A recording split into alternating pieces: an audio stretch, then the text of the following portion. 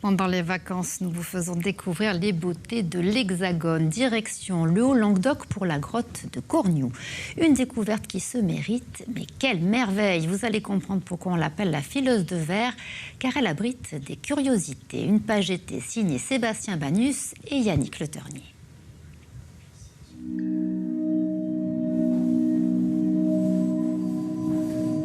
La référence est éculée, et pourtant, on ne peut s'empêcher d'y penser.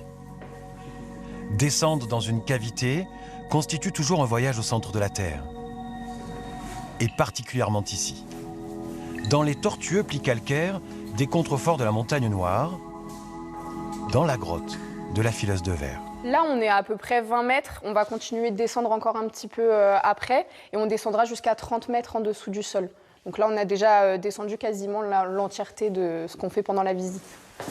La visite commence par la partie la plus basse de la grotte, celle qui a été découverte à la fin du 19e par Louis Armand, le bras droit de Martel, l'inventeur de la spéléologie moderne.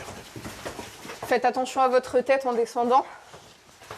Les accès sont étroits, l'eau est partout. La sensation est étonnante. Quand ils ont aménagé les lieux, ils ont essayé de préserver au maximum la grotte et de ne pas trop la casser. Et c'est pour ça que vous avez des endroits où il faut plus se baisser, que c'est assez étroit. Et ça garde cet esprit un petit peu spéléologue pendant la visite. Et les gens là, ils sont prévenus parce que ça peut être impressionnant quand même. Alors oui, ils sont prévenus avant la visite. Sur notre site aussi, c'est également précisé. Mais c'est ce qui fait un peu le charme du lieu. Et en général, c'est ce qu'ils apprécient beaucoup, les visiteurs, d'être au plus proche des concrétions. Retour à la surface. La grotte a été découverte fortuitement en 1886 à l'occasion de la construction de la gare de Cornioux.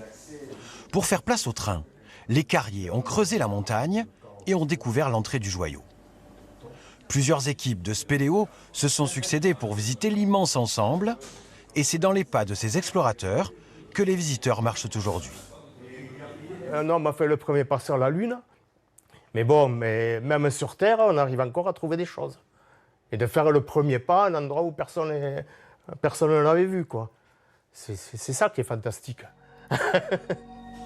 Pour atteindre le paradis des spéléos, il faut grimper. C'est parti pour combien de marches là 226. Bon courage. Le boyau a été aménagé, mais à l'époque, il a fallu se faufiler. Le jeu en vaut la chandelle. Les salles supérieures cachent un trésor minéral.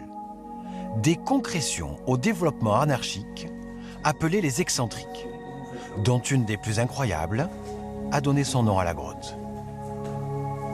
Les excentriques, c'est celles qui partent un peu dans tous les sens. Elles défient un peu la loi de la gravité, c'est comme ça qu'on les définit. Elles partent un peu à droite et à gauche comme des racines et parfois même elles reviennent complètement sur la voûte. Donc dans cette salle est cachée la fileuse de verre, la fée des lieux, celle qui aurait tissé tous ces fils de verre que vous avez un peu partout. Et donc c'est une silhouette de femme, la fileuse de verre, une petite dame qui mesure entre 30 et 40 cm. La grotte de la fileuse de verre à Cornioux est la seule cavité ouverte au public dans le parc régional du Haut-Languedoc. Elle se situe au nord de Saint-Chinian, à 2 heures de Montpellier et à 1 heure de Carcassonne.